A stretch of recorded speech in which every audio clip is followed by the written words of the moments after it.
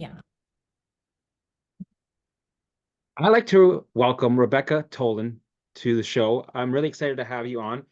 Um, you know what? Let's get right into it. So, what was your experience? Tell us about your story. What were your symptoms, your perfect storm, and the stuff that happened before that led up to it, and how did you get out of it? Tell us your story. Oh gosh, how much time do we have? Forever. Okay. Well, I'll try to give you some of the Reader's Digest version. Sure. Yeah, for me, the symptoms started after a very traumatic event, like a big T trauma. I didn't link Yeah. that for many years because after that traumatic event, I got these three viruses. And of course, that's what I thought it was all about. These Oh, viruses really were virulent, very strong. But then after the three, my system completely crashed. I mean, I went from traveling the world and being a reporter to hardly being able to leave my house. It was pretty extreme. And, I how old had were you when this started?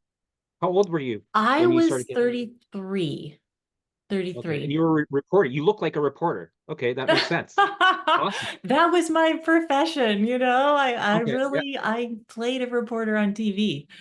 amazing. Okay, so Yeah. 33, you start to experience these infections and viruses, or and then you started to really plummet after that. So that makes sense. Okay, yeah, Oh yeah. And it was such a crash to where I know a lot of people can relate where I basically got extreme insomnia, body aches and pains, headaches, exhaustion. Like it was hard just to walk from room to room. And then later, over 13 years that this lasted, I could maybe walk down the block, but basically my capacity was extremely limited. The brain fog was so severe, I couldn't even remember, the name of a colleague or a close friend. Lots of digestive issues, constipation, bloating, just, almost every kind of sensation you can imagine and more. I felt like my brain was burning. I mean, I was completely terrified. I had no reference for this. I had been healthy. Now looking back, I had little mind body symptoms through my life, but nothing like this. I was just a very active person, and now I couldn't do much at all. I went to, you know, 50 practitioners and doctors over 13 years. I spent not just my life savings, but some of my family's. And yeah, I went to like all the endocrinologists, neurologists, rheumatologists, CFS specialists. And that was the most common diagnosis is ME/CFS. But like as you probably know, it also then comes with a Lyme diagnosis, chronic Lyme, and Epstein-Barr syndrome was one they pointed to a lot. And then there was, of course, all the other ones that come like candida overgrowth and leaky gut syndrome and et cetera, et so were you cetera. on these? Were you also on these Facebook groups? No, back then I don't think there were as many. Not to mention the Okay, fact my brain fog was so severe. I mean, I wouldn't have been able to track anything. I could yeah, I could just read like one paragraph of Eckhart Tolle. right, yeah, It was yeah, really, really strong symptoms. And so yeah, so at the time I didn't know of these recovery programs and Facebook, and I had one of John Sarno's books, but it was right. healing back pain. So it's like I had no idea how to make the leap from what I was dealing with to kind of, mind body symptoms or TMS. So instead, I followed all these functional medicine doctors, naturopaths, allopathic doctors, and I did the things they told me to do. I took antiviral IVs, like really strong Right. medication into my veins to target the Epstein-Barr. That was horrible. It crashed my Yeah. system for months. I was in bed. And by the way, the Epstein-Barr titers, well, they're really not the titers. They're antibodies. What they're indicating is you have antibodies to the virus. They went down. Did I feel better? Nope, didn't feel any better. Did you do So the these, Candida kill protocol, the kill plan? oh my God, that was the I did that a couple of worst. times.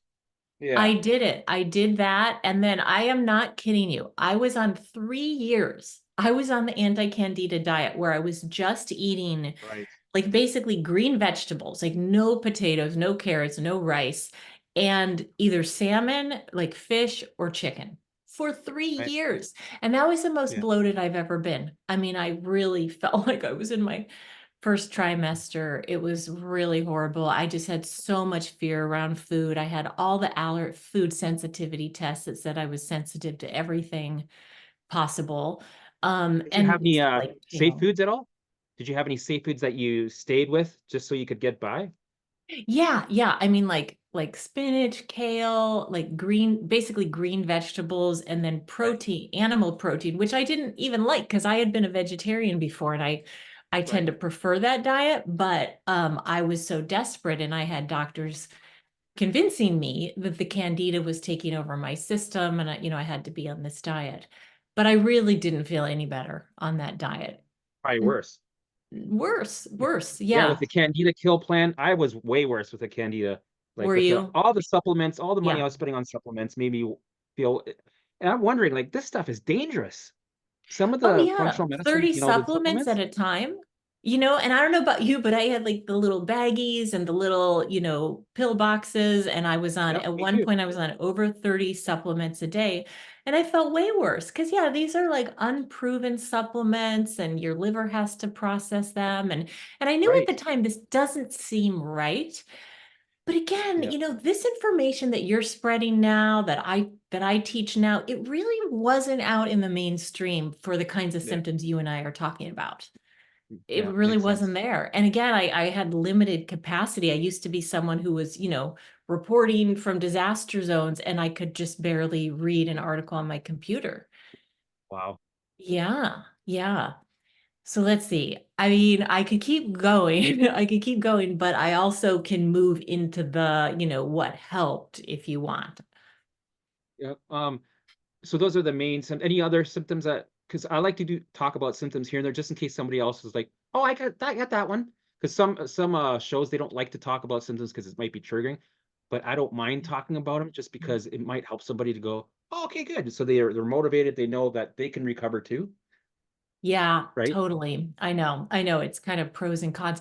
But yeah, I mean, I think that these sensations were so strange in my brain. I would tell doctors, it's like my brain is burning up. And you could see my whole face would turn red. And Right. they said my brain was inflamed, which it may have been, and they said it was because of the Epstein-Barr virus.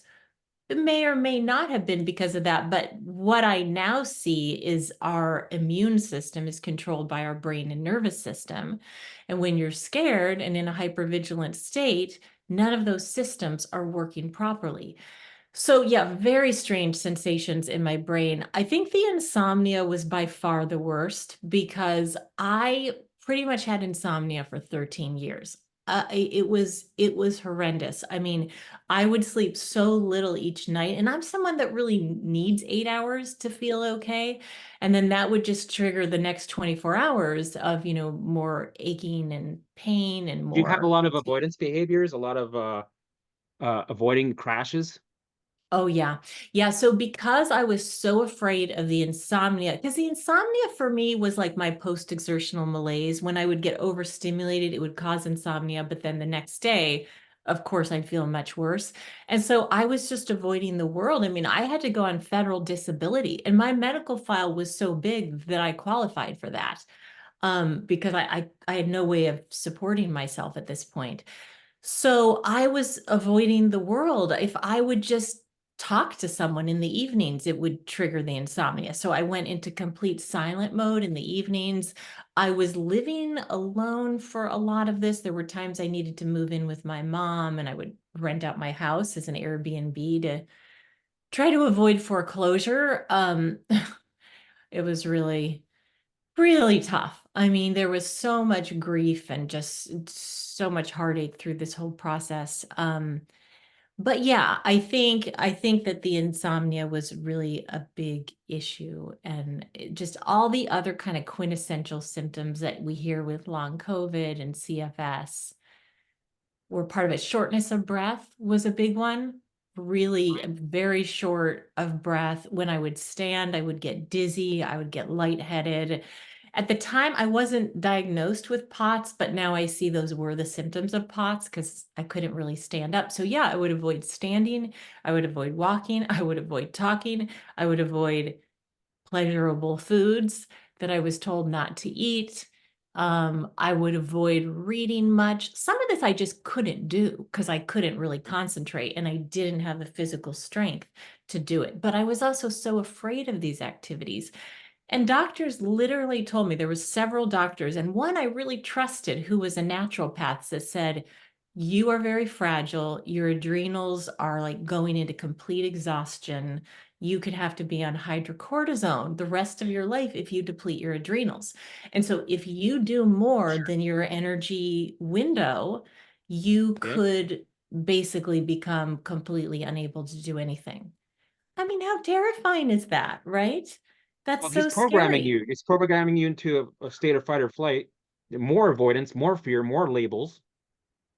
So that doesn't Absolutely. help. I Yeah. am convinced if I had learned this approach that I think you used, I don't know your exact Yeah. journey, but I Very think we similar. had It sounds it's very similar. Yeah. similar. Okay, yeah. Yeah. And this whole, mind body healing approach, if I had gotten that in that first year, I would have for sure avoided these 13 years because it all stacked on each other. Like you said, the Right. avoidance, the fear. But then 13 years pass and there's so much loss and grief, which is very hard to the nervous system. And especially when I didn't understand the role of emotions, I didn't feel emotional support to process what I was going through. I wanted to have children and these years are passing me by. I had immense anxiety around that. I mean, I could now feel some sadness arise. I lost four close family members, including my father, in those years. I couldn't really, I wanted to be in a relationship, but it was like almost impossible when you can't talk to Yeah. somebody more Yeah. than, a couple of minutes a day. So it was really, yeah, it was limiting in so many It's ways. like the more a year passes, the more your brain uses that as the belief that you're not gonna, the deeper you go into, you're not gonna make it out of it. Right? It's Oh, building a right. case. Here the case is getting bigger and bigger, doubts are stronger, right? So then when you do find Yes. something, that's all that is gonna slap you in the face when you go through this journey, for sure. Oh yeah, it's just it's reinforcing these neural pathways, these Yeah, stress symptom neural pathways. And also, my identity became a sick person. Deep yeah, down inside, I didn't feel like this was me. I was like, this isn't me, this isn't my life, but I was being told that by so many physicians I respected and trusted. And again, at that point, I didn't know a single person who had recovered from ME/CFS. Now there's tons of recovery stories, which is great. I didn't know yeah. one person. So you're right. It's just like I kept believing that, and then all the fear and avoidance just keeps perpetuating this cycle and teaching my subconscious brain that the world is dangerous, activity is dangerous, and that I'm not capable of these things. And so it intensified. And I remember times where the symptoms got much worse, either when like one doctor looked at me in the eyes and said, you will just have to manage this the rest of your life. And I've just became numb. And I remember for months getting much worse after that. But Yeah. again, like I didn't, I did start working with a couple psychotherapists, which was helpful, but they didn't understand this approach. So like I wasn't linking the symptoms and the repressed emotions, the fear, as well as all the avoidance behaviors. They're the same thing. I kind of thought, oh, well, I'm emotionally wounded from this major trauma I went through and now everything else. And then I'm physically wounded because I've got Epstein-Barr virus reactivation. I have, oh, damaged mitochondria. That was a big one that I was told. About And what about OCD looping thoughts constantly? Did you have any of that? I Constant wouldn't looping say thoughts? that was my main issue. I would not say Yeah, OCD looping thoughts that I'm as prone to that. yeah, Fortunately, I mean, of course, there's some catastrophizing and fear-based thinking when you're feeling that way, but yeah. and then I over the years I did start listening to Eckhart Tolle, and he was one of the only voices I could hear because his voice was so calm, and he's Yes. talking about being in the present moment, and I would just listen to him whenever I could, and I think that helped a lot Yeah. with looping thoughts because it was just like, okay, I'm in the moment now. And that actually sort of leads me to where I think the next phase began. And this took me a long time. It was maybe 12 years where, I mean, in a helmet, it was one practitioner I went to who was smoking a pipe. She was like this blonde Southern Californian who claimed she was a shaman. Yeah. And she asked me about this trauma I went through. And then she starts immediately changing the subject. And I opened up, and I don't know why I opened up to her and I started crying, which wasn't normally possible for me because this was a rape that I went through. It was really Oh, traumatic. She yeah. started talking about her cat's Halloween costume. I'm not Weird. kidding. And I just, again, just became so numb. And later she apologized and said she got triggered. And anyway, she Ah, charged me $200. I ugh. left there and that was it. And I actually thank her because I was like, no more. I am not giving my power to one more person. This is like taken over my life. I've spent hundreds of thousands of dollars and I'm getting nowhere, and I'm getting worse when I see these practitioners. And there's a lot of great practitioners out there, but I wasn't really finding people more versed in this approach. And some still were caring, some weren't, it's the range.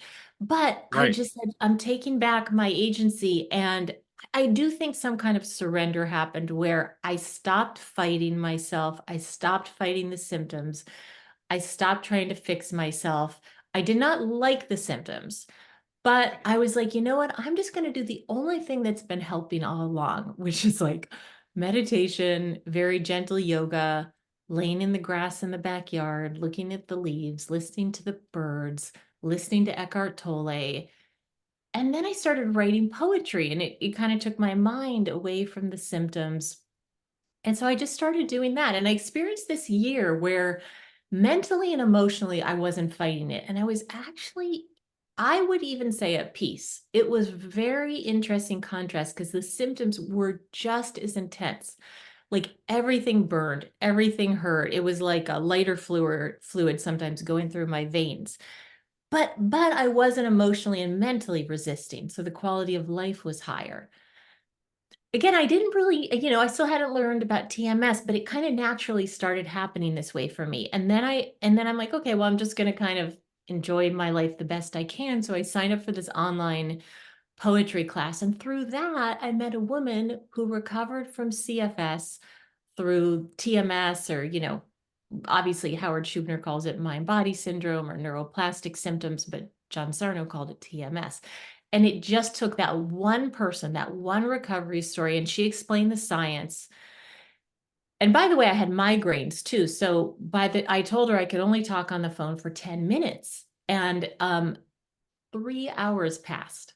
And she's telling me her story, and I'm like filling with energy, and she's talking about the Okay. science. And Yeah. I'm like, oh my gosh, this is incredible. And by the end of the call, she said, Rebecca, you are not sick. And I completely got it. I 100% believed it because she wasn't saying the symptoms aren't real, of course. It was just that Right. it's No. not a Yeah. disease. It's not any of these physical things causing it. And I said, I am not sick. And I said it with such conviction. I left him. I said, I've got to go. And I like Yeah. ran around the block multiple times. I just filled with energy. I mean, I hadn't ran in 13 years. So it was just an Right. incredible experience. That's I felt amazing. like a Yeah. kid. I felt like someone had given me, a get out of jail pass, and I Yep. got it. But of course, it wasn't the end of the story because I had all those learned neural pathways. I had all Yep. these kind of entrenched ways of being, and my brain was used to creating these symptoms to warn me of danger. So I really dove into this approach. I loved Howard Schubner's work. Unlearn Your Pain was amazing for me. I worked with a mind body coach who's incredible, Jim Prusak. And I just really steeped myself in the knowledge, and then I started living it. I started challenging the triggers. I started doing more activities, but I also started learning different tools to calm my system because I was pretty very dysregulated, disassociated from my body. I'm a pretty sensitive person to begin with. Um, so like somatic tracking was pivotal for me. I was so important, in other kind of somatic meditations where I was tracking sensations in the body, or just I had meditated, but I was doing a mental mantra. That's not what I needed. I really Right. needed to come into the body, like in a safe Right. way. Feel them, let the alarms ring, let them do their thing, and then, let them acknowledge the alarm, right? So Yeah, instead of resistance, stop, stop, stop, what you resist persists, the yeah, alarm grows bigger and bigger and bigger. So yeah, yeah. that makes sense. Yeah. Exactly. Like we normally want to just fight the body, avoid the body, numb it, but instead it was going directly into it. Yeah. Right. So it was actually bringing my attention into the body. And sometimes it was kind of unbearable. So I would do things that were a little more soothing meditations and body scans and a lot of different practices I learned to kind of regulate my nervous system because I needed the knowledge, the cognitive understanding. I'm okay and I can get well. But then I also needed, yeah, some visceral somatic ways to just soothe myself, you know, Right. and communicate with the nervous system, which doesn't really communicate in words. Yeah. And I'm sure that along the way, you fell on your face, you got up again, the setbacks, the like this journey. Oh my gosh. Yeah. More setbacks than steps forward. It's like that two steps forward, three steps back. But Yeah. here's what started happening to me. It's like once I got this, and I really loved this approach. I was kind of just lit up about it. And so pretty soon I was kind of like working on these practices. I was working with a coach. And so pretty soon I started even, I wanted to go on this trip to meet these women I was in the writing class with. And it would have required flying from California, where I live, to Pennsylvania. And that to me was like flying to Australia. I mean, that was Right. just unbelievably terrifying. But within a few months, I actually started working up to that and I made that trip. I knew I couldn't eat what I wanted to, couldn't sleep in my own bed, all these things. But I knew it was such a powerful chance to retrain my brain. And when the symptoms came up, which was all the time still in the first few months, I mean, all the Like the time. brain goes, here you go on a platter. You don't even have to do much exposure. It's like, here you go. Right. It's like, okay, I don't really have to do anything. I can just thank you for sending me everything to work on. And then eventually you Yeah. do the exposure. Yeah, that's Well, awesome. yeah, exactly. Because it's like when the symptoms were there, I started seeing as this is the opportunity because my nervous system and brain are communicating danger, and I am with my conscious mind and my presence, I'm sending back the message, safety. No, it's okay. I Right. can sit with these. I can be with these. I'm not buying into this reactivity and I went on Right. this trip and I had so many, I mean, I hardly slept for 3 days. I'm just like laying in this room, just Yeah. wide awake. But it was so fun. I just embraced joy again. And I just stood up to the fear. And I think that's such a big thing with healing from chronic symptoms, as well as healing from trauma, is you become this kind of passive, immobilized victim and Right. instead, it's taking agency. It's standing up to fear. It's like, I can do this. I can I think move that's the through it two even as I two am. nuggets. The two nuggets are take away the resistance, and the other one was allow the symptoms and the discomfort to be there. It's like you send a message of safety and how you sit in the danger, right? Yes, So exactly. And those that's two why a things lot were of for people me were think huge. Yeah. huge. I love Yeah, that for you me. pointed those out because so many people with this work think like, oh, the symptoms came back. I did something wrong. It's like, no, they're going to Right. come back because your nervous system will do anything it can to protect you. That's its number one job to preserve your Yeah. life. And it gives you the signals through symptoms. That's communication.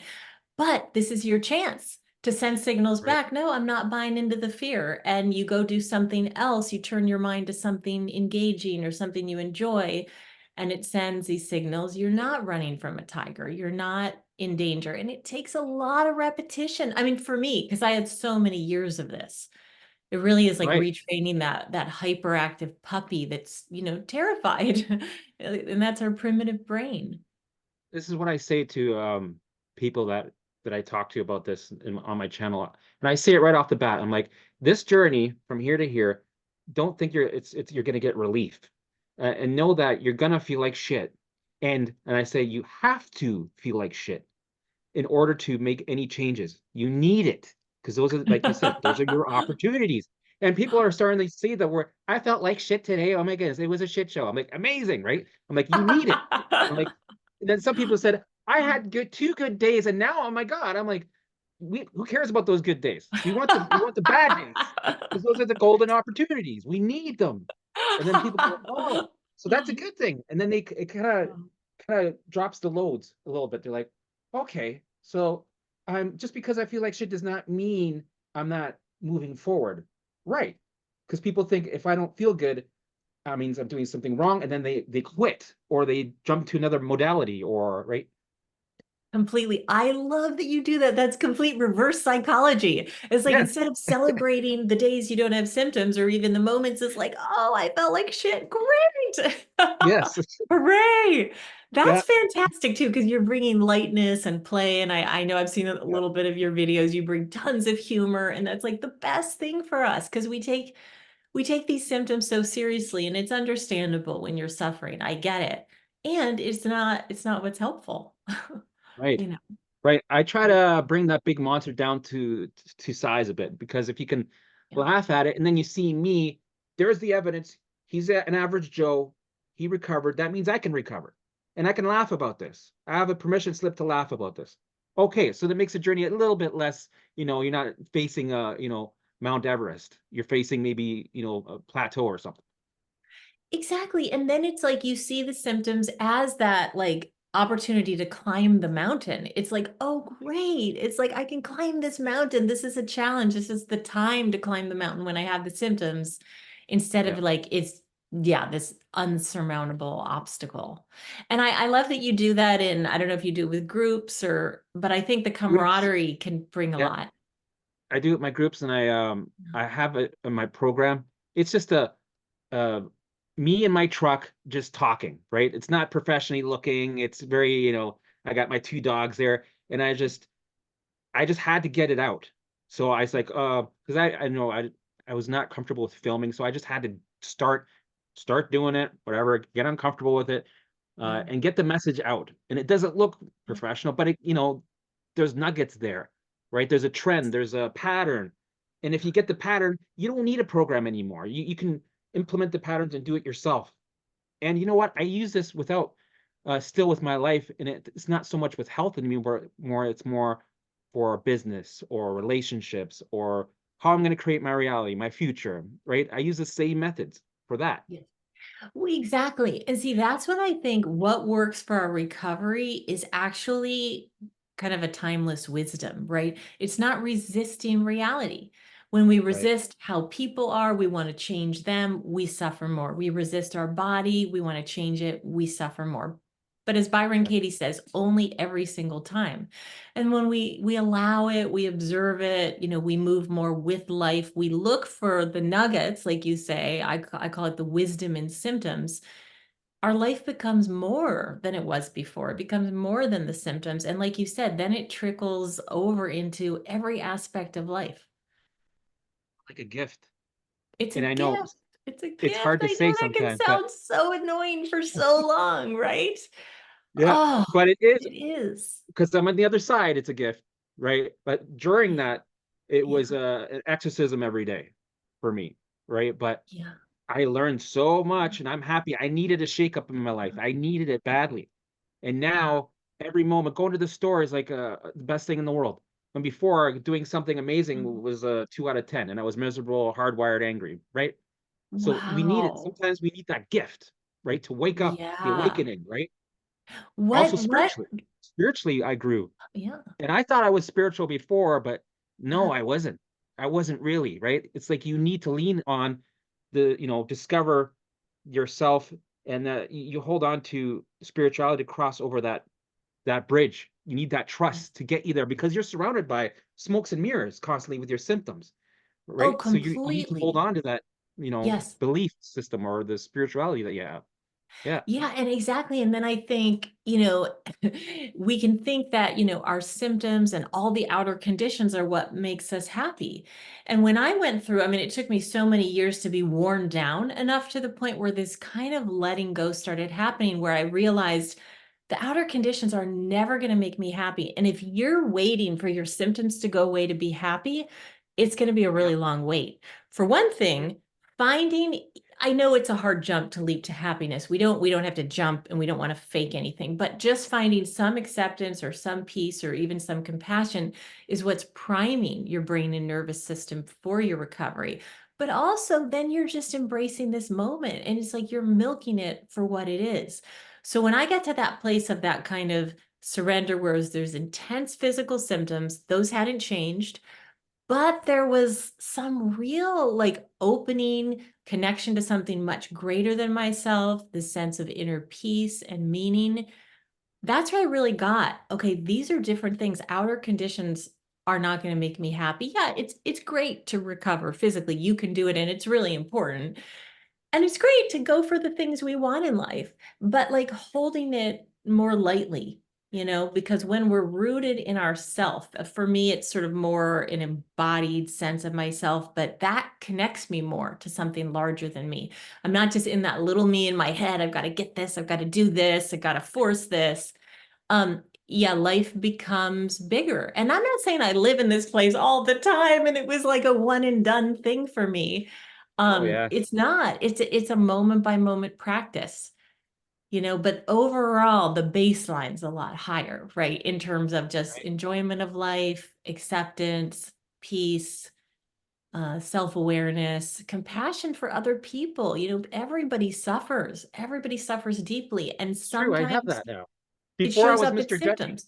Yeah. I was judging and going, man, man, man. Now I'm like, oh, I get it, right? And I feel Yeah. for them, right? Isn't And then I that also isn't that don't, a relief for you? Like I find it's yeah. a relief for us as And I well. also don't get sucked into things as much as I used to because now I'm able to go, oh yeah, that you know what? I don't want to get consumed by that vibration or that energy. I'll allow myself to be annoyed by it, allow the feelings to be, but I'm gonna go engage in something different. Instead, before I would ruminate and go, right? So And it's then that I have creates like this words. whole complication in the relationship. Yeah, Yeah. exactly. And I think I'm glad you brought that up because I think that's an important kind of delineation. What I found is there was kind of one sect of people in kind of the new age spiritual communities, which I was kind of tapping into through, all those years that are kind of like, oh, no, no, no, you're not supposed to feel these bad emotions. I mean, they may not say it, but that's the thought. You're supposed to just feel love and light. Um, but then there's maybe the other kind of fixation on in psychotherapy. Well, it's more the stories, not so much the somatic experience. What I think was so important was to merge those, to allow the emotions. Like I'm really frustrated. I'm pissed off. When I started doing somatic tracking, actually it started turning at times into like intense anger, but it was in the body and it would shift into anger and it would rise up like this heat and it would kind of come out my head and it felt like that and I was sweating and so that's where I was also seeing the symptoms are the emotions. It's just like this energy expressing in different ways. So it is important to own our emotional experience, but for me to feel it. But then you're right, not just keep going down the rabbit hole of these same stories that gets our nervous system stirred up and just complicates our life and doesn't resolve the underlying hurt. Then I went through a phase where my journey where I got angrier.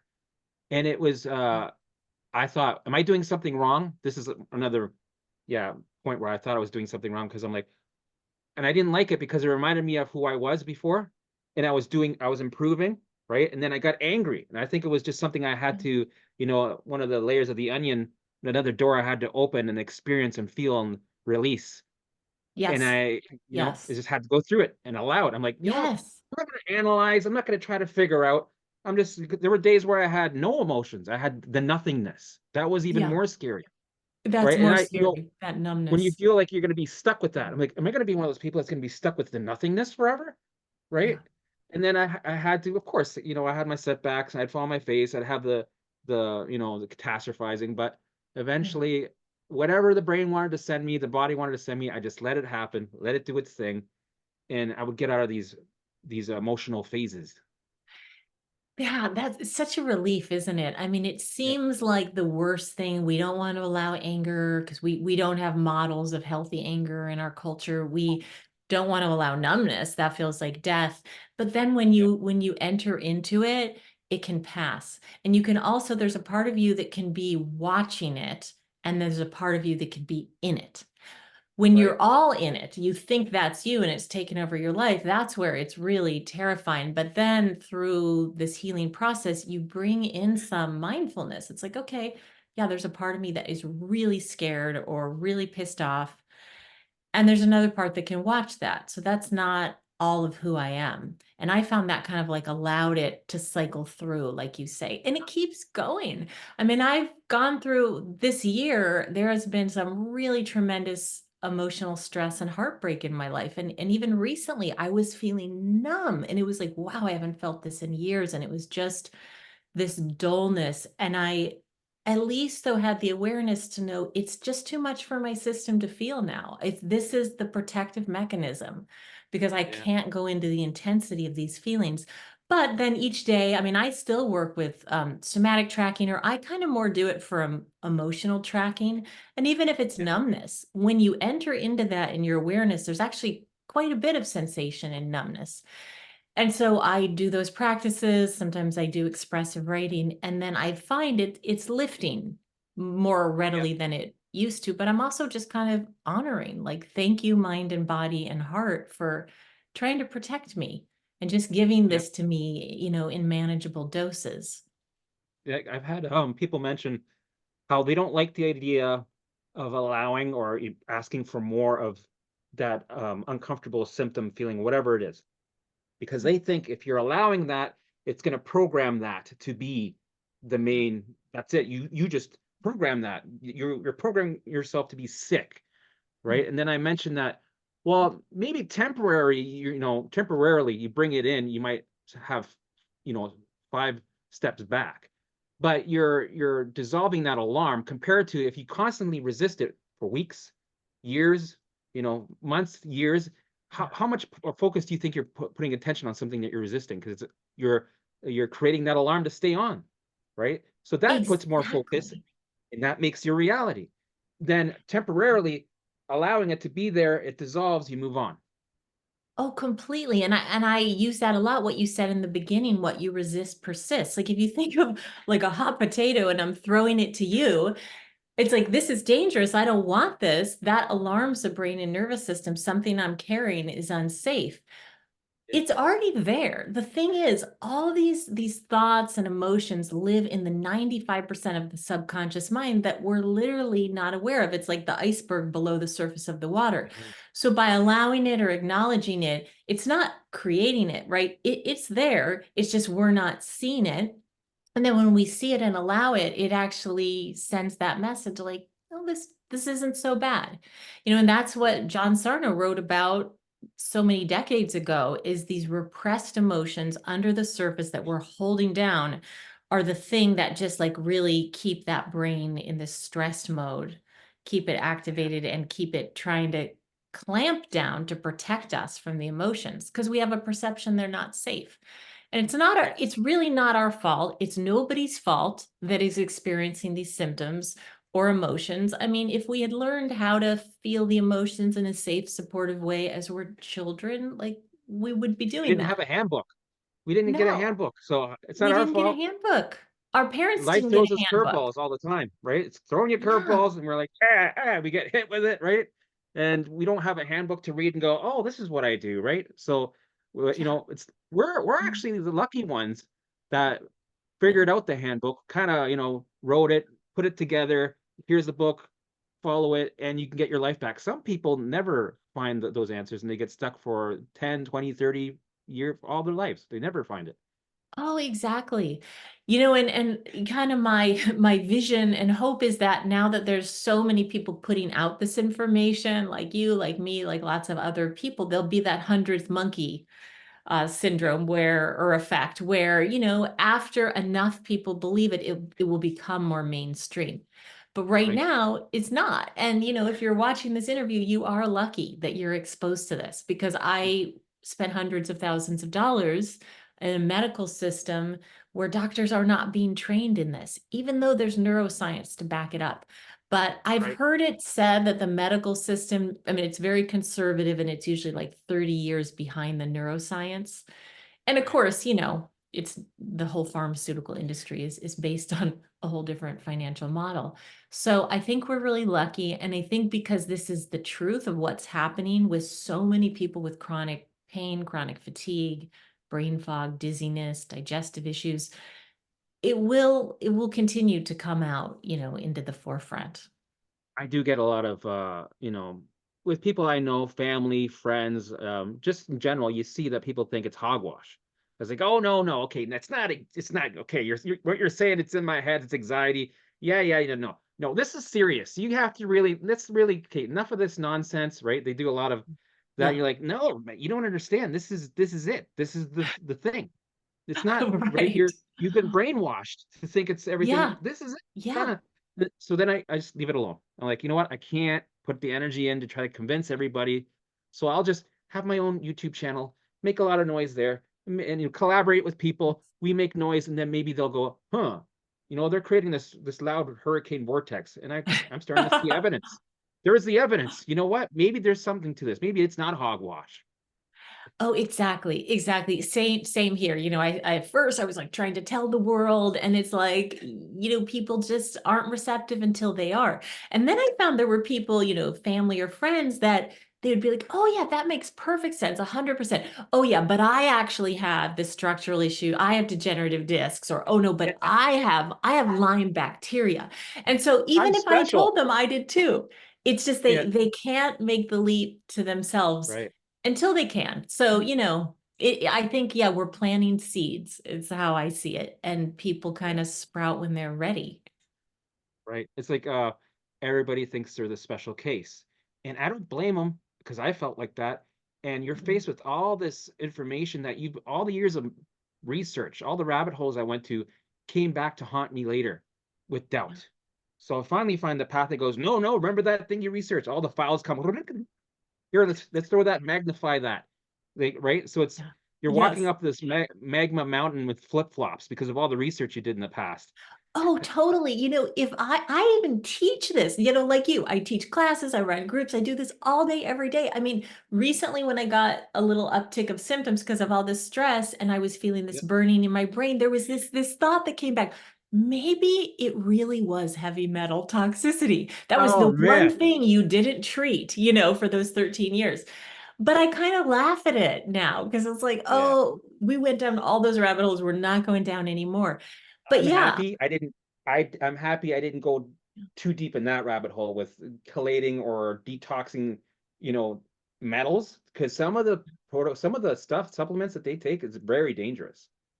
yeah, yeah, it can. I know I did things like chlorella that wasn't so dangerous, but yeah, some of them are, and like they're really, unproven therapies. So The the gut, the research, leaky that's the gut. thing. Bombing the gut was another thing. Like they keep having all Yes. these protocols, all these steps you have to follow in detail. If you don't follow it in the right step, you got to bomb this, take antibiotics here. Then you got to, filter to take charcoal, all these diatomaceous earth, all these. I'm like, man, that's gonna I've bring your taken baseline it. up to a Yeah. thousand. That's Oh, triggering a yeah. stress response. So no wonder why people feel worse after. Yeah, and I remember when this one doctor then diagnosed me with chronic Lyme and wanted me to be on the like IV antibiotics, and I just drew the line because I had had so many antibiotics earlier in life, and I had had urinary tract infections. By the way, I didn't mention interstitial cystitis became a really agonizing symptom for me. Didn't Bladder even pain? mention. What's that?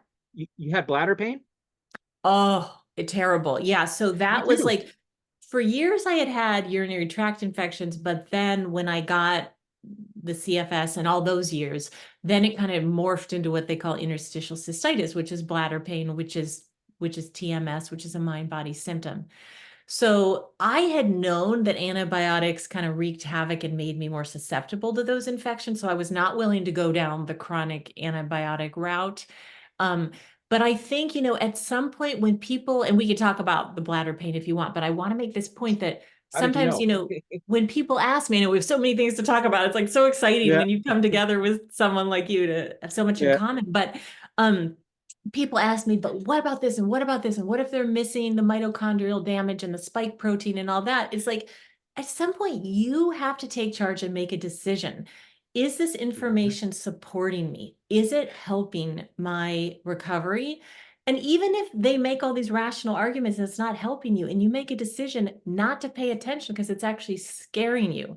And I assure you, if there's a magic pill that's invented to cure all this, which we know there's not going to be because of the cause, you'll find out about it. You'll get that magic pill. But so you just have to make this decision. No, I'm only going to focus on the things that I literally notice calm my brain and nervous system.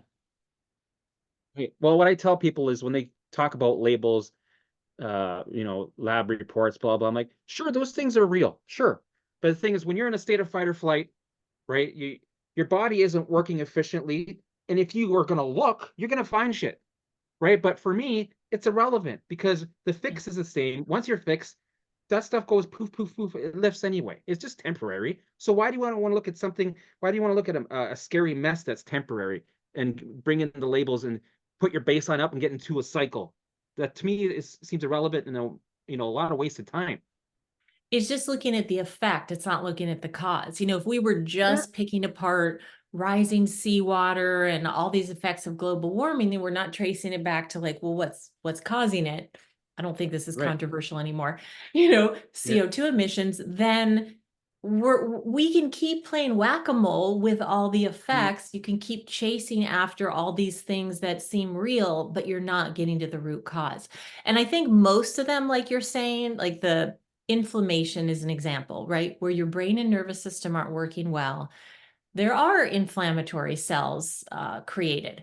But I actually think some of these things are normal abnormalities and they're not even right. involved in the symptoms. For instance, I have found studies now that show there was this one study, and it was actually done with young medical students. So they were like quite healthy in a rigorous program.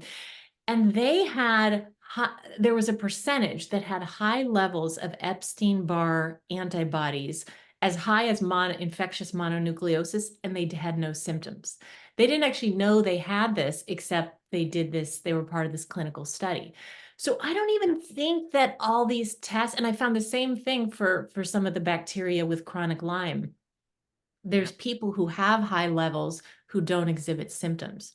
So I think a lot of times these are normal abnormalities and they may not be playing into the symptoms at all. And if they are, it's again because the brain and nervous system are revved up and they're kind of on overload with all the different stressors, physically, emotionally, mentally. So it's really a system on overwhelm, and we want to try to reduce those. And then the body and the immune function can operate in balance, in homeostasis, and kind of keep everything at bay. That's what I mentioned. I go, people like to micromanage all their body parts and their brains too much. Instead, they should just run the new program and get out of the way. Let the liver do its thing. Let the brain create its neural pathways. You don't have to sit there and make sure it's doing it, right? You Mhm. don't have to micromanage your gut. You don't have to No. try to get your biome back in balance. It'll do it itself. It knows how to do it. It knows how to do it better than you will ever know in a million years. Oh, absolutely. I mean, like the intelligence that's in our mind and body every moment of every day, beating our heart, digesting our food, sending signals to all our cells, it's staggering. And that all happens Yeah. subconsciously. So we don't have to interfere with that. It's more just, yeah, like, I think of it as a glass of water. It's kind of like we want to empty out these different stressors that have piled up, that have spilled over. Yeah. And then that kind of allows our system to do what it's been That's what I evolved always to say. do over millions of years. My bucket's full. I always use this as an example. That's funny. A lot of similarities. That's awesome. Yeah, yeah, and I'm sure, and that's the great thing. Once you learn these approaches, you can go through life that way. Like, Yeah. where when I was recently going through a lot of stress from family health issues, I couldn't avoid like, okay, my bucket's full, so I'm going to actually just create a little more time over here for myself to kind of process it, to do some enjoyable activities. And you Yeah. kind of learn, I call it the language of your nervous system, and what you need. Because when humans are stressed, you're going to have symptoms. For some people, it manifests as addictions, ruminating thoughts, anxiety. Other people, it's more physical symptoms. But it's just a cry, I need more help. I need more support. I need a different kind of information than I'm getting. Right. Yeah. Yeah. Um, Back to the bladder stuff. Did you how did you deal with that? Did you have any pelvic floor? tightness, muscle tightness, any of that? Oh yeah, I did have a lot of that, and I did go to pelvic floor physical therapy, and I didn't really see shifts with that. There might be some value in that, but again, I didn't really understand the cause of the symptoms. I mean, urologists, oh, they, wanted to shoot all this medication up the urethra. That sounded horrible. I didn't go for that. Although they did like an exam with this instrument that was terrible, and I was like, that's the end of that. I knew none of that makes sense, and then when I discovered this approach, it's like this is anger, and since I had experienced sexual trauma, I do find this can happen with a number of people, that the symptoms can manifest in a part of the body, where you experience trauma. And I think that's really more linked to the part of the brain that is sending signals to the body, and they're in communication. But yeah, I mean, I did the same practices. I learned the knowledge. I did a lot of somatic meditations, and I would kind of really breathe into my pelvis, do like an extended exhale, calming the nervous system. I would kind of picture it filling with light. I would listen to my bladder. I would journal. I would let it have a voice. I do think some somatic psychotherapy was helpful for me, not really in shifting the symptoms, but just in kind of processing some of the trauma. And just so it took some of the charge out of that. In the Yeah. beginning, I needed to use some coping mechanisms temporarily just so I could have relief so I could do the work, like the Yeah. mental work, because Yeah. stabbing pains in the bladder is, one of the 70 symptoms that I had, but it brings all kinds of crazy thoughts, right? And the pain Oh, is it does. it's horrible, right? Plus, I Yeah. was using the washroom every, 50 times a day, Yeah. and I had problems emptying my bowels because everything went, it was like a wall went, right? Yeah. So Yes. that Same. was Mhm. scary. That was all scary. So Mhm. eventually, Yeah. I did some stretches just to get some relief so the pain would lift a little bit. Yeah. Did the work. Okay, stretches. I knew it was temporary. Did the work. And eventually I allowed the pain to be there. I asked for more of the pain. It became my friend, and eventually it lifted. And you know what? The muscles Wow. and the gut issues and the anxiety, I think, were the Yeah. last things to go because I think they're directly linked to whatever is happening here, right? The muscles tense up, your Yeah. gut, you'll have symptoms in the gut, usually one of the first things to come and one of the last things to go because they're linked right away. If you're having a stressful week, constipation, gut issues, Yeah. muscles, sore muscles everywhere. It's directly linked. It expresses Mhm. itself through right what you're dealing with. Oh, yeah. I mean, that's why people call the gut the second brain, right? It's like in Right, constant communication with our brain. And when the nervous system goes into flight, fight, or freeze, it does not care about digesting your food. It cares about like running from the lion, right? So right, digestive function is shut down. It's like, we don't have time or energy for this. So digestion's a big one, and also like the urinogenital genital functions also are not prioritized right. when your subconscious brain thinks your life is threatened.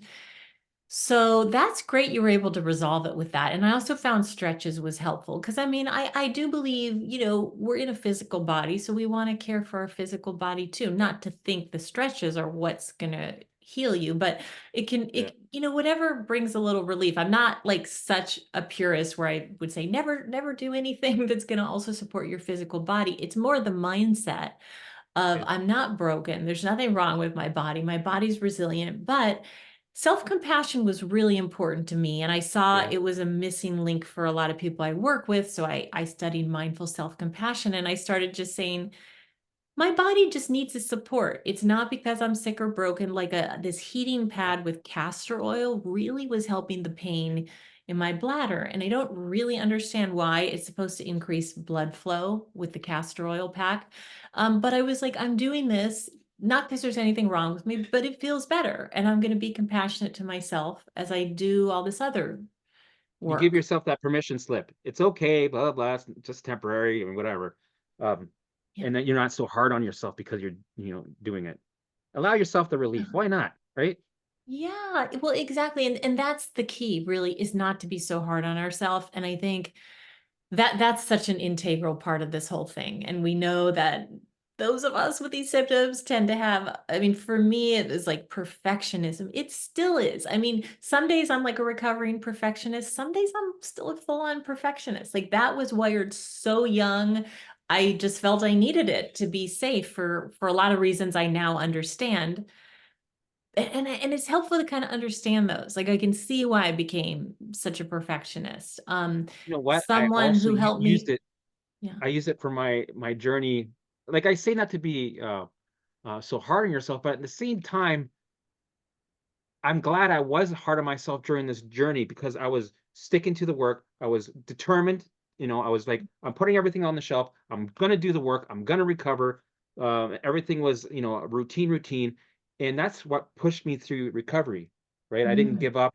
So mm, I was a bit hard. I mean, if there was a day that I missed something and I didn't catch it, I was a little bit hard on myself. But I kind of needed that to be like, okay, man, you gotta, let's catch this next time. It was like it's almost like a yeah. sport, right? And Yeah. so it was like a Yeah. balance of don't be so hard on yourself, but be hard on yourself sometimes. It's Yeah, and I weird. mean, I think that's the thing. There's a lot of strengths with these personality traits. So it's Yeah, like, you saw this is also a strength. Like I'm driven, I'm dedicated to this work. So that's a strength. And I think it's like, yeah, just for me, it's been just catching it where it's tipping over into this like, just this hard driving, habitual pushing pressure, perfectionism. I don't even know why I'm doing it anymore. I've fallen in an old unconscious pattern. And I mean, and I catch that much more readily now, not always, but much more. And it's just hey, like, we're this is so human. not We're worth human. it.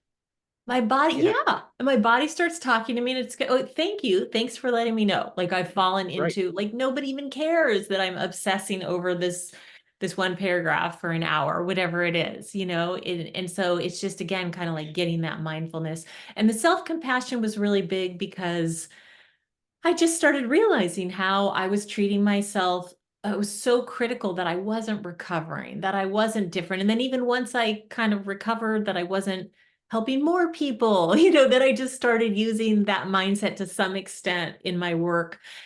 And so it's just like a constant laboratory of like, no, actually, I'm just being me. I'm doing what feels right. I'm doing all I can. I have good intentions. I'm not a perfect human. Nobody even wants a perfect human in their life, Right. What's the They point? want a What's real the point of person. having the perfect life and having the perfect enlightenment and being that's why we're here to experience contrast, to make mistakes, to experience this physical reality, right? Oh, exactly. This messy, gritty physical reality where we're not everything, we're not enlightened, we're not perfect, we're Right. experiencing just this one little slice of life. And then you can even enjoy that. It's like, oh, this really intense emotion, or this numbness, or this awkward interaction or thing I did. Like, it's all kind of funny when you see it as play. There's this love yoga. And so there's this word called lila, which means Yeah. divine play. And it's really just referring to all of this is play. And to Right. some extent, we're kind of just actors, And if you start to look at it in this broader perspective, no matter what your religious or Right. spiritual views are, but just this broader perspective with some levity, it's like, oh, this is a wild ride. And you know what? Now I don't think of bad situations as necessarily bad. They might feel bad at the moment, but sometimes they're obstacles that are put there for a reason for you to go to the right path. And Yes. I've had to learn to finally start listening to my intuition when before I would listen, but not never take its advice. I would do the opposite. But now I'm testing myself. I'm at the stage now where I'm like, let's just roll with this and see what happens. I'm curious. I'm excited. Oh, Let's see that what sounds happens. fun. Is it It a is fun. space of just like It discovery and always kind of works out. It's curiosity? weird. It always works out. It's like my higher self is like, dude, I'm way up here. I can see everything. Trust Yeah. me. Go left. Keep going. I know there's a rock and I know there's an obstacle in the way. Don't worry, but that's there for a purpose. Trust me. Just keep going. So I'm trying to just go with the flow, follow my passion, and whatever obstacles come, let's see what happens. Right? Don't you find that's like both smoother, more enjoyable, Yeah. but also like things come that you could have never dreamed of in your brain? It's like Right. life gives you Well, the more. resistance. I took away the resistance in life, in Yeah. situations. Normally I'd be like angry, why me? Blah, blah, manifest more of that, right? That vibration. I'm creating, dialing in more of that vibration. Now it's like, okay, I feel upset about it. But you know what? There's probably a lesson in there. And I probably don't know what the lesson is yet. And then usually like a week or two later, a month later, I'll look back and go, oh, wow, that was perfect. It's like perfectly orchestrated. It makes so much sense now. The clarity, the nuggets come. Completely. Like, I think when I was first going through my recovery and shortly after, the symptoms would just seem kind of random, like they were just old learned neural pathways. But now, like I'm a number of years out from that process, almost every time I get a symptom, like there's a message. And actually, it's pretty clear right away. And it's often pretty simple. Like my body's just like, I don't want to stare at a computer screen 8 hours straight without any movement. But Right, sometimes it's another message. It's like, go try this thing that makes no sense at all, but right. you just feel drawn towards it. Or something you think you should do because it checks all the boxes doesn't feel right. And it just like, I honor that. That's one of the biggest gifts of this. And for me, it was Yeah, like coming back to my body, I we're getting feedback. And it's harder when you have really intense symptoms, but I think as they yeah, yeah. subside, you get more of this just intuitive impulses, like the gut Right. instinct, right? Is like Right, you're it's able to hear them. But yeah, before the yeah. the brain was almost the cock blocker. It's like, no, no, no, you're not going to get into the flow of things. No, no, we got alarms and ligers to worry about. So no, you're not going to tap into consciousness. You're not going to, meditate. That's not important. This liger over here. So then Yeah. eventually, when I got into recovery, I was able to get more golden nuggets of clarity that would just come to me spiritually, right? When before it was Yes. harder. Sure, I got Yes. them, not Yes. as much, and I wouldn't, trust them as much. But now it's like you have less noise. Now you can actually have a moment and really, let it download and really feel it, right? It's like it's Yes. different. It's like, right, exactly. It's like you're able to kind of receive it instead of Yeah, trying to force things. And I find life with a capital L has in store much more. And you're yeah, right, when you can kind of like go with the flow. And, after I quote unquote recovered and I had dove into this, I thought, well, do I want to go back to be a journalist? Because that was a career I wanted to do since I was in like fifth grade. I wrote my career right. report. I loved it from the neck up. But then when I really, and so it made sense to go back to it. But then when I just felt into my body, it was like, I have no idea where this is going to go. There weren't like all these mind body coaches back then. I was like, I have to just tell people about this. That's all I'm passionate about anymore. And so, Yeah, I just started taking steps and it was scary because I mean, I was going off disability. I don't know how this is all going to work, but I just like followed it just one step at a time. I love this. I want to train with Dr. Schubiner. I'm just going to start seeing people for free. I'm going to do these trainings. I just started talking to people for free. I just started, and then like one step led to the next. And so you it's notice that living in a different you notice way. that the universe is sending you more opportunities quicker. Like it's synchronicities Oh, are happening. It's like hugely. it's going, yes, you're finally in the right path. Go, go, go, go. Totally. It's like I Yeah, think when you're on the right path, like you just get all this support too. yeah, Like I was yeah, just seeing people one on one, and this woman invited me to start teaching with her. I was like, hell no. Like I don't know about teaching. Like that sounds really intimidating. But I felt excited, even though my brain was like, oh, I don't know. But then I yeah, yeah. just started doing it and all these opportunities came. And now that's my main, I love teaching. And yeah. And someone else just was asking if I want to write a book with them. And I've been wanting a collaborator because I haven't been able to kind of get traction on my own. So yeah, all these opportunities come and Yeah. it's like, wow, I'm just getting out of the way. That's it. And we still have to show Yes. up and do our part, like our human Yeah. part, right? Chop wood, carry That's it. water. I But like that. Get out of your own way. That's weird. That thought has been on my mind, my visuals for the past week, because I do visuals and I do future visuals of what I'm going to do. But then I also think, you know, my higher self is going, no, don't shortchange yourself. Don't ask how it's going to happen. Just trust that things are going to unfold. Don't limit yourself that you're going to do this and only that. That's your goal. The goal could be way over here. So yes, just flow with what you like for now and trust that it yes, could be something totally different. So I'm trying to do that yes. now. and it's That's magical. It such a creates, great insight. You know what? yeah, I love that. I once heard this poet David White talk, and he was saying the biggest thing that kills people's dreams is trying to figure out how it's going to happen. And there's like this whole formative period, like you get an idea or you get a vision or just even one step forward. And it's like you don't need to know how. And if you try to figure that out, it's going to suck out kind of the passion and the motivation. You just follow these steps and it reveals right. itself. And at some point, Yeah. you might work with how to act, like get your message out to people or whatever.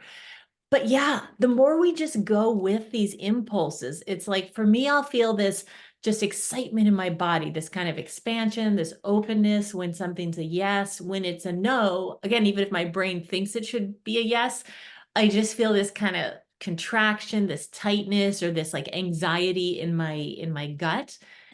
But that's just speaking to me. It's like yes or no. And so the more we just kind of go with the yeses, even if it's not what we think we should do, the more life gives us opportunities and we're kind of living in that flow state. It's forcing me to think bigger than I have been. I thought it was big. I thought I was thinking big, and then a couple of months later, I'm like, no, that was actually not big enough, right? I got to think big. This is like sometimes we shortchange ourselves with our thinking and our, Oh our yeah. hopes and dreams. I'm like, no, no, don't. Yeah. That's go bigger, go bigger. I love that. Well, because we have these core beliefs in our Yeah, subconscious mind that sort of says like you're supposed to be small, it's not safe to reach a right. lot of people or whatever it is. We have these core beliefs and as you like you can either kind of work with those directly or I think you can do what you're describing is just sort of like opening to something larger or your own sense of intuition and it just guides you. It's like okay, Yeah, yeah, I'm just going to keep going. yeah. And For this is me, true for yeah, recovery too. yes. Like core beliefs for me are core alarms. Mhm. If you have an orb, a big alarm orb, that's creates your reality and you live your life around avoidance behaviors and beliefs around this orb. But when this starts to dissolve, it's like, well, you have all this, you start to discover life again. It's like, oh, I can do this now.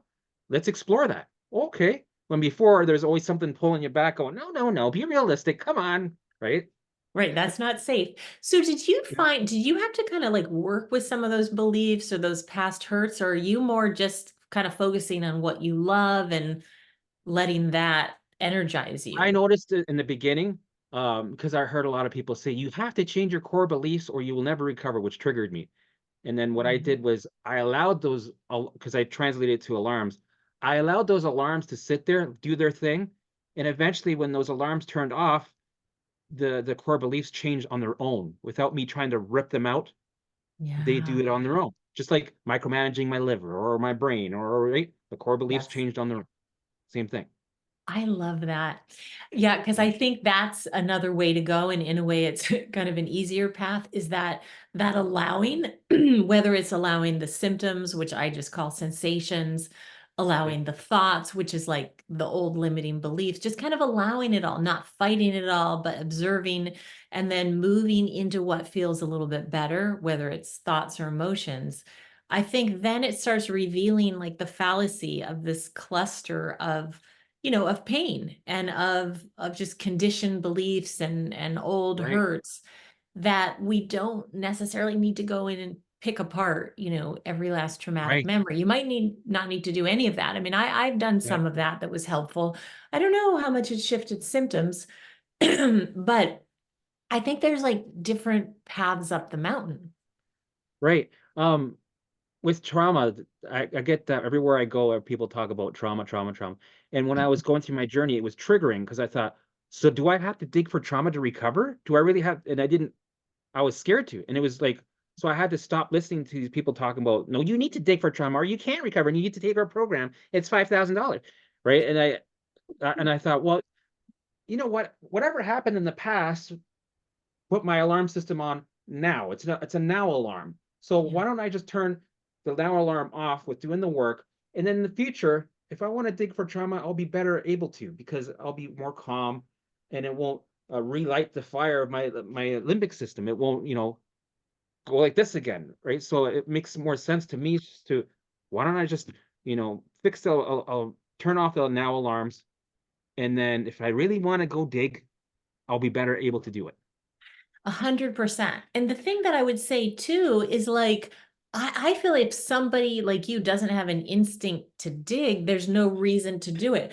For me, it Yeah, was very pressing. It was like, I really want to look at two different sexual assaults. Like I had a desire to do it. No one had to talk me into it. I was like, I need to do this for myself. I wanted to do it. And but it's not like I necessarily had to go through every last detail, but it did help to right. do it like in a somatic way with kind of a trained practitioner. But I don't think any of these things we have to do. And as you start just following your intuition, you'll be guided what you need to do. And then the other Yeah, piece I was going to say, I totally agree with you, is when people ask me that, I'll say, well, actually, whatever is showing up in your body and life and mind right now is your past trauma. There's no difference. right. Those It patterns sends it on are a just platter. showing up now in a platter in the present Yeah, moment. So it's like, if I'm pushing myself, people pleasing, that is because of painful experiences from the past. So you can just, like you said, you can just work with the now. And to me, as you right. bring awareness to that, you're integrating past traumas as well. And like you're describing is happening to you, is you just naturally start thinking different thoughts and start kind of reaching for bigger goals. And it's Yeah, just shifting on its own. it's crazy. I had so many similarities during this interview. I'm like, man, if she watched my video, she'd be like, oh my God, that's like the same. That's like, wow. It's like we have a lot of similarities in our experience and the way we come, it's crazy. Which I didn't even know that. And see, this is an example, right? Because you reached out to me and I don't know if you even knew my work very well. And yet we have all these similarities. So see, that's what starts happening I with try not to. intuition. I try not to watch people's stuff before I do an interview, so I don't have something, or I want to authentically meet them there the first time, Oh, because that I brings like more that. more passion in the Yeah. interview, right? But if I know Yeah. everything about them every video, it's kind of like it's like where's the jolt, right? Exactly. And yet you still knew like to reach out to me or the people that Yeah, you interview, you have an instinct to reach out to them. right, So like that's what we're talking about. It's kind of living in this way where you don't have to micromanage all your thoughts and know everything. right, But you still kind of know it feels right to do it. exactly. So what are you doing now? What's after recovery, right? You're coaching, teaching. Yeah, yeah. So I was just like, I've got to tell the world. So I started working with Yeah, people one on one, and now I teach this Be Your Own Medicine course, and it's most of what I do now is working with groups. I do a little one-on-one, but I find there's like a real power in the group. And there's so much I want to download. I don't know if this may happen to you through your YouTube channel, but I just want to yeah, like download so much knowledge and yeah, so many practices. Not that you have to do all of them, but different things work for different people. So I did that. I created it in this course that I teach both live, and it's self-paced. And yeah. yeah, and I write about this. I speak. I mean, I have this background in the media, so I like that, the communications and like getting the word out. Well, And you're I good at I just speaking. You're very natural at speaking. So that's another thing that's like a synchronicity that's added to this. Something in your past. It's like the universe has prepared you with getting the little skills that you need to be where you are now. And I also noticed that with my life. It's completely, you amazing. take all these pieces with you, and then it kind of manifests in this way you would never have imagined. I mean, I would never have imagined when I was a child, or even, you know, 5, 10 years ago, I would be a mind body coach. Like, what's that? Yeah, But it's just we take the past with us, and then this journey. I mean, if you do the recovery in the way that you're talking about on your YouTube channel, but also people do it for themselves, like you will gain so much. You'll gain so much awareness, right? Like so much new direction. Um, yeah, and it might just make you a much more patient parent. And you might go back to your job you had, but actually enjoy it. Or it might take you on a completely different path or somewhere in right. between. I like new stuff. I want to move forward and do new stuff. I don't want to do the old stuff that I did. Yeah. So this is like you're doing this now full time, right? This is your thing. Yeah, well, I started a cleaning business because, well, I started after recovery, I did some coaching. I didn't like it. It was too overwhelming and I wasn't prepared. I was like, every time I got a message, I'd have like 10 to 15 messages a day. I'd spend 3 hours with the person explaining everything. next person, explaining for 3 hours. It was so exhausting. And then people wouldn't really follow what you say. They do their own thing. They jump to different modalities. And then it was just like, oh, I don't like doing this. So I said, I'm never coaching again. Not, I don't like this. So then I started a cleaning business. I enjoyed it because I can just clean, right? Peace, just clean, right? I can enjoy my Yes. life. I Use earned your my recovery. body. Yeah, that's Yeah. nice. You know, I earned my recovery. I'm going to go enjoy it for a bit. But then it kind of came back because I did an interview with Dan Buglio, and then I started getting some traffic, and I had some videos, and I think I was ready then. That was the right time to go Yeah. ahead and you know, I had more information that was prepared, and I started to enjoy it. And you can also Yeah. pick who you want to work with. That's Yeah. another thing. I'm Yeah. allowed to pick who I want to work with. I don't have to work with Yeah. everybody because it's just like carpet Right. cleaning. You deal with some customers that you might not fit well with, and Yeah. that's okay. Right. And see, that goes back to like for me, kind of I think a limiting belief I have was like I'm not supposed to enjoy my life. I'm supposed to work super hard. And I Yeah, also started finding some tendencies I was bringing into my work. I was working so hard and I yeah, and I found a little bit of the explaining over and over was not energizing. And this is why I like created a program and a course that explains it because people are going to be light years ahead. And then if I do work with them one-on-one, although I'm not doing a whole lot of that now, but then we could go more into the emotions or right into the crux of things. So it's like you fine tune as you go. And I think yep, that it's important to start acknowledging we deserve to feel our emotions. We deserve to be happy. We deserve to live the life we want to live. Right. right. And when you're living, I think it's Martha Beck that calls it living in creative response or conscious creative response to the present moment or something. And so it's like you do shift as you go. It's like, oh, I Yeah, want to help people, right? You have all this passion for this, but it's like, oh, this is feeling draining. Oh, but I'm going to do it in this different way. And right. then you kind of keep moving with that. It comes to you. The clarity comes to you as you're like, not feeling this. Oh, well, why don't I do this? It's like you almost have to have the contrast of what you don't like to find what you do like. Yes, I love it. Do you know Abraham Hicks? They used to talk Yes. about that. Yes, I love her. And Dolores Love Cannon, her. Abraham Hicks, Bashar, all the yeah, I love her. She's I great. know. And they talk about that contrast. Yeah. And so it's like there's value in the contrast. If you don't fight against what you don't like, you just keep kind of moving up that emotional scale. It's like, oh, but I like this better. And this feels much better. And I don't have to do this thing. Like something that was coming up for me. So all the years I was sick, I mean, I just say symptomatic at this point. Yeah, I was actually praying and asking to be healed and whole and to be used as a channel of healing. And it really felt very deep and heartfelt. But yeah, I think then when I recovered and I started doing this and I found myself getting sucked into like being online 9 or 10 hours a day, especially running a pretty big program now, there's a lot of back end stuff. I kind of had this old subconscious belief like you haven't done enough. You promised you would do everything in your power to help other people. And I was right, recently right, talking to a friend about this and she's like, you didn't promise that you need to suck your life force. You right. promised to just to share joy, to share healing, and that has to come from you first. So I've been making some changes too and just the way Yep. I do things, so I'm not just Work online in the work back end smarter. Work 8 hours smarter, a not day. harder. Right?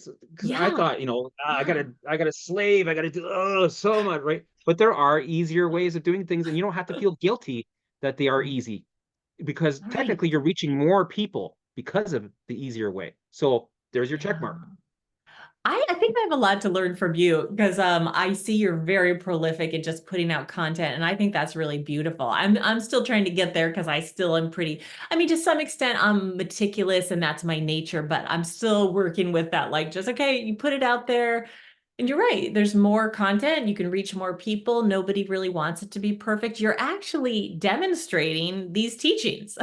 You don't have to be, perfect or Yeah, people pleasing or whatever when I yeah. mean, you're just like being yourself in there with your car, with your dogs and Oh, I was so hyper about, you know, I gotta tell everybody.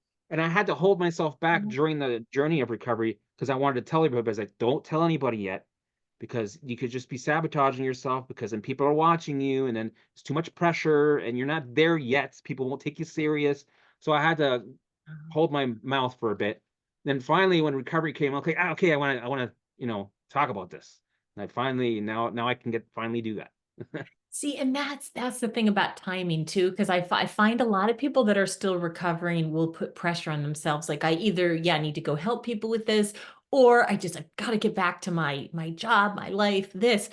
Well, like this actually, that is true to some extent, but this is your life right now. And when life's calling you to really focus on your well-being and learning some new ways of coping with life and with your thoughts and a new relationship to your body, like that is the most important work you could be doing right now, right? Yeah. That helped me to give myself permission because I'm not saying to avoid the world and those just reinforce things are scared, but I'm saying to like really honor, like, okay, there's a lot for me to learn and heal and grow right now. And when I kind of gave myself permission, I gave myself just like a big swath of time. It's like, okay, if I haven't been able to work in so many years anyway, I'm just going to be like exploring this and do whatever kind of lights me up because I don't know if there's anything more healing with that than that, just following Right. like what lights you up. And especially when you're tired, you're exhausted, you're fatigued, you're drained of life force, like it's your work to find whatever gives you a little bit of light, a little bit of energy, a little bit of peace, a little bit of joy.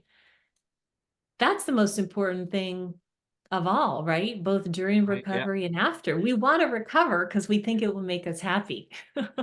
But But it's that's like possible right now. right now we can without having the distractions and the brain hijack, and now you can really explore. And sure, life will still give me curveballs, and sure, I'm not done. I'm still learning. I'm going deeper, right? Yes. My recovery is Yes. just one stage, right? Now I'm in the second stage. Let's see what happens. Oh, exactly. It's like bringing it into the world and like into work. And that's like a whole different stage, I find. Yes. Yeah. Big time. Yeah. Getting out into swing of things was like training again. That's exposure again. That was Yeah. symptoms went up again, right? Yep. Sure, I was Yep. recovered, but technically recovery is you can live life fully with symptoms still. So sure, Yes. I did get symptoms going out into life, and that's Yes. normal. Oh, That's yeah. good. Yeah, Big time. That's good. Like you said, yeah, yay, I'm doing it. Like I'm also expanding my comfort zone, I'm clearly coming into new territory when I get symptoms. So there's a chance to learn something new, to grow even more and to learn how to like use these principles of the acceptance, non-harming, going with the flow, all these things we've talked about self-compassion. Now like in the world. Like they say in right. yoga, off the mat into the world. It's like off recovery into the world, and like you Yes, said, you have such a good foundation in your recovery, and then it's fun to apply it to life. yeah. It's like almost a little bit of a magic wand. Let's see what happens when I do this with the same methods. Wow, that does work. That's crazy. And you feel like you've got the secret. Like this, you're a part of this little Like the secret group secret. that nobody knows about this. They think it's hogwash. But I've had enough practice through my journey to really understand it and how to implement it. I know. And it's like hiding in plain sight, right? Because it's actually inside us and we're looking like Yeah, out there at everything and getting distracted. yeah, It's like it's all along, it's just inside us. yeah. Yeah. Amazing. Well, I've had an amazing interview. I loved this. This has been a great experience. So Oh, me too. I love this conversation. Thank you so much. what I'm going to do is I'm going to link up, send me some of your links. I'll put them down in the description so people can get add you on all your social medias, and if they want to have any coaching or teaching with you, they can get a hold of you. Okay, that'd be great. I so appreciate that. Thank you for what you Awesome. do. And just like Thank all you for your joy. I really appreciate just your fun, your kind of zaniness and your passion that you're bringing out. yeah. So thank you for all you do, and it's interesting how there's a lot of similarities. And you see that with life. The more if you go to the right path, you see that same similarities that the same people also have that are following the same type of path. It's interesting, the synchronicities. I know when you reached out, I didn't check out a whole lot of your work either, but I was just like, yeah, I just feel a yes to talk to this Yeah, guy. yeah. And I was like, Sure, I'm let's so do it. glad I Yeah, did. Like it was so yeah. fun. And yeah, we have so many We got to do synchronicities. it again. We'll do it again in like 6 months. We'll try it. We'll connect again. Yeah. Let's do This it. was We could fun. do part two, like next generation. Yes, sure. Okay, Sounds good. great. Okay. Awesome. Thank you. Take care. So good to meet you. Okay. Talk to you soon. Bye bye. Bye.